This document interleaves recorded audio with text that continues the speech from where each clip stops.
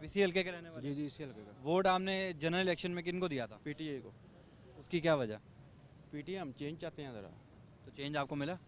अभी तो 2 महीने हुए हैं, अभी कोई साल 2 साल गुजरेगा तो पता चलेगा। अच्छा, यहाँ पर बड़ा टफ मुकाबला था ख्वाजा साद रफीक साहब का और इमरान खान साहब का, हमने देखा भी। जी, जी। ख्वाजा साद रफीक साहब कुछ वोटों से हारे थे। अब हुमायूं अख्तर खान साहब कितने स्ट्रॉन्ग कैंडिडेट हैं इस इलाके से? बात ये है कि गवर्नमेंट जो सी है वो हुमायूं अख्तर खान साहब की है। हमें भी उम्मीद है कि हुमायूं अख्तर खान साहब काफ़ी मार्जिन से जीतेंगे। साद रफीक साहब पिछले 10 साल से पंजाब में इनकी गवर्नमेंट है, इन्होंने कोई काम नहीं किया हमारे हल्के का, ख्वाजा साद रफीक साहब ने। तो हम चेंज चाहते हैं, हम हुमायूं अख्तर खान साहब को वोट देंगे और हमें उम्मीद है कि ये इस हल्के का काम करेंगे। अच्छा, दूसरा ये है सबसे इंपॉर्टेंट बात, लोग कहते हैं जी ख्वाजा साद रफीक साहब ने काम नहीं किया, लेकिन जब हम देखते हैं कि उनको जितने वोट पड़े हैं उन वोटों की तादाद से हमें इस बात का अंदाज़ा होता है कि ख्वाजा साद रफीक साहब ने कोई ना कोई तो काम किया होगा। इसी वजह से उनको इमरान खान साहब के मुकाबले में इतने ज़्यादा वोट पड़ गए हैं। तो वो जो इतने ज़्यादा वोट पड़े हैं वो क्यों पड़े हैं? काम बिल्कुल नहीं किया ख्वाजा साद रफीक साहब ने, या किसी इलाके में किया, किसी में नहीं किया?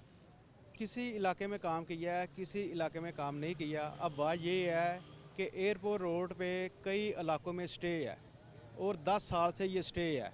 और साद रफीक साहब कहते हैं जी ये 10 करोड़ रुपया मुझे दो तो मैं ये स्टे ख़त्म करा सकता हूँ। अच्छा, तो ये 10-12 साल से स्टे है न्यू एयरपोर्ट रोड पे, खुदाबख्श कॉलोनी में। और बात ये है इनके ये इतनी दफ़ा आए हैं, हमने बहुत दफ़ा इनको कहा जी ये स्टे आप ख़त्म करवा दें। तो जो हमारे जो बड़े हैं उन्होंने इनसे बात की है और ये कह रहे हैं जी, कोई कह रहा है जी हमें 8 करोड़ दो, कोई कहता है जी हमें 10 करोड़ दो, और ये 10 साल से मुसलसल स्टे में है। अच्छा। ठीक है, तो हम इस दफ़ा हुमायूं अख्तर खान साहब को वोट देंगे और हमें उम्मीद है कि हमारा ये मसला हल होगा जो 10-12 साल पुराना है। हम देखते हैं कि आपके मसले कितने हल होते हैं। जी अस्सलाम वालेकुम। वालेकुम कैसे हैं सलाम। सर आप? खैरियत फर्स्ट से? क्लास बेटा। ये ज़िमनी इंतखाब होने जा रहा है 14। हाँ जी। कौन आपकी नज़र में तगड़ा कैंडिडेट और कौन जीतेगा?